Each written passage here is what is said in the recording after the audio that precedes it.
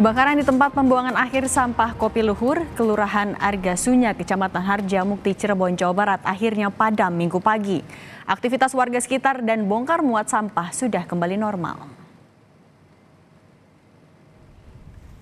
Titik api baru yang kemarin berkobar sudah tidak terlihat pada Minggu pagi. Hanya tersisa asap kecil yang berada di bagian dasar permukaan tanah dengan jarak sekitar 20-30 meter ke puncak gunungan sampah.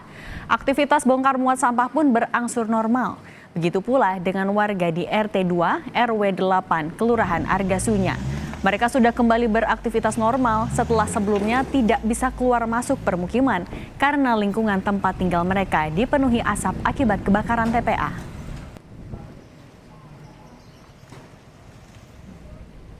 Sebelumnya pada Sabtu kemarin, Menteri Lingkungan Hidup dan Kehutanan Siti Nurbaya melakukan sidak ke TPA Kopi Luhur Cirebon. Ia meminta penjelasan soal penyebab dan penanganan kebakaran. Siti menyebut selain Cirebon, pihaknya juga akan meninjau kebakaran TPA yang terjadi di Jawa Barat, Jawa Tengah hingga Jawa Timur. Menurut Siti, kebakaran TPA kali ini cukup masif dan tersebar di banyak daerah, sehingga perlu solusi untuk pencegahan di masa mendatang.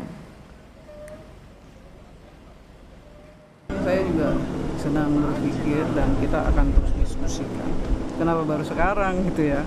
Kenapa kan musim panasnya banyak. 2019 panas banget, 2015 juga panas banget.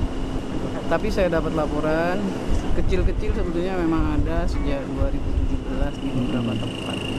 Jadi sekarang hari ini kami dari kementerian akan jalan darat mengelilingi yang di Jawa Barat, Jawa Tengah, Jawa Timur. Jadi kita akan cek spot satu persatu sehingga kita tahu polanya apa sih, lalu menanganinya bagaimana.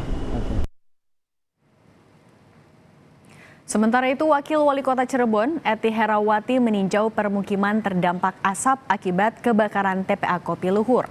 Dalam kunjungannya, Ety Herawati membagikan sembako dan masker untuk menjaga kesehatan pernapasan warga. Sebagai pertolongan pertama apabila ada warga yang mengalami sesak, Pemkot Cirebon berencana mendirikan posko kesehatan di tengah pemukiman yang terdampak asap. Petugas gabungan juga diminta untuk berjaga di sekitar TPA Kopi Luhur jika sewaktu-waktu kembali muncul titik api. Yang kena ispa ya, ada orang-orang yang udah sepuh, anak bayi, memang berdampak sangat berat karena asap begitu tebal menutupi di sekitar RW 02. Siap untuk kesehatan, buka pos kesehatan, nanti kita evaluasi lah ya. Pertama mungkin kita mengawasi terus di sana karena ini persoalan dengan situasi panas ya, panas begitu tinggi, gas metan mungkin di bawah.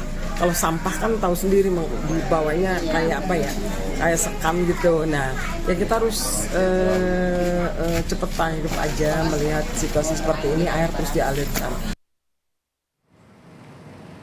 Perkembangan terkininya kita sapa jurnalis Kompas TV Muhammad Syahri Romdon yang akan melaporkan dari Cirebon, Jawa Barat. Selamat siang Syahri, kebakaran di TPA Kopi Luhur sudah berhasil dipadamkan. Apa aja upaya petugas gabungan agar titik api tidak muncul kembali? Ya baik, Cindy di studio. Selamat siang saudara. Untuk memberikan informasi terbaru yang dapat kami terima dari para petugas di lapangan bahwa mulai atau pasca dari kunjungan kementerian kemarin bahwa dipastikan para petugas siaga 24 jam.